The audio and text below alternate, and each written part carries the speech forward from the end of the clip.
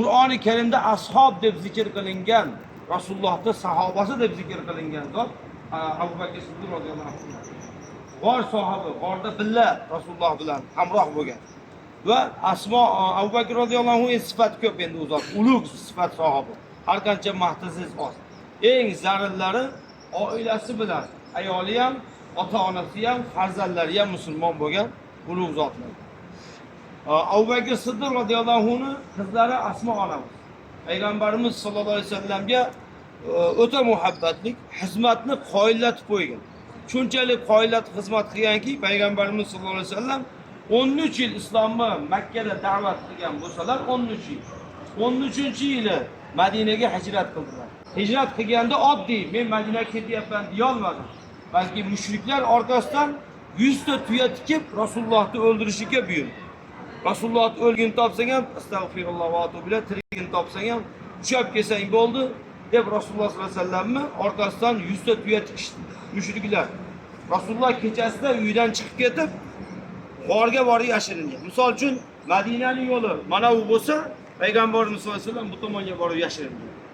Teskari tomonga, Madinaga teskari tomonga yurib yashiringanlar. Ya'ni g'ori Savr deydi u g'orni. Nasib qilsa Makka ziyoratida u g'orni ko'ramiz. Borib yashiringanlar. U g'or biz chiqdik, salkam 2,5 soatda chiqib bordik o'sha g'or tepalik. Bir necha g'or bor ekan, shuning bittasi o'sha g'or ekan. Xullas kalom, o'sha tepalikka biz 2,5 soat chiqqan joyda Rasululloh sollallohu alayhi vasallam 3 kun yashirinib yotdilar.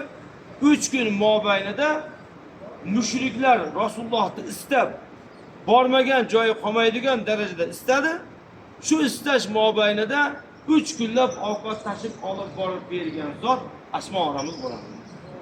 Ovqat olib borishlik bu oddiygina shundayla borishlik, banisiga ovqat olib borganda emas, mushriklardan yashirinib ovqat olib borgan. Mushriklar Rasulullohni istab Asmo onamizni Abu Bakr roziyallohu anhu uylarigacha kirib borgan. Kirib borib, qani deb Asmo onamizdan so'rab, Asmo onamizdan javob ola olmaganda yuziga ta'sir ko'rib og'zini yorib yuborgan. Ozor bergan Asmo onamizga. O'shanday bo'lsa ham Asmo onamiz aytmaganlar va ovqat olib borib berar ekanlar. Ovqat olib borib berganda bellarda belbog'i bo'lar ekan. Belbog'iga taomni o'rab olib, ma'lum Rasulullohga olib boradigan ovqatni, Abu Bakr roziyallohu anhu ovqatni olib boradigan ovqatni belbog'iga boylar ekanda, yurib ketar ekanlar, bekinib.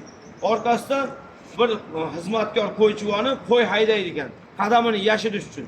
Chunki mushriklar odamni qadamidan turib kimligini qayerga ketganini biladigan, bularda bir xususiyat bor edi.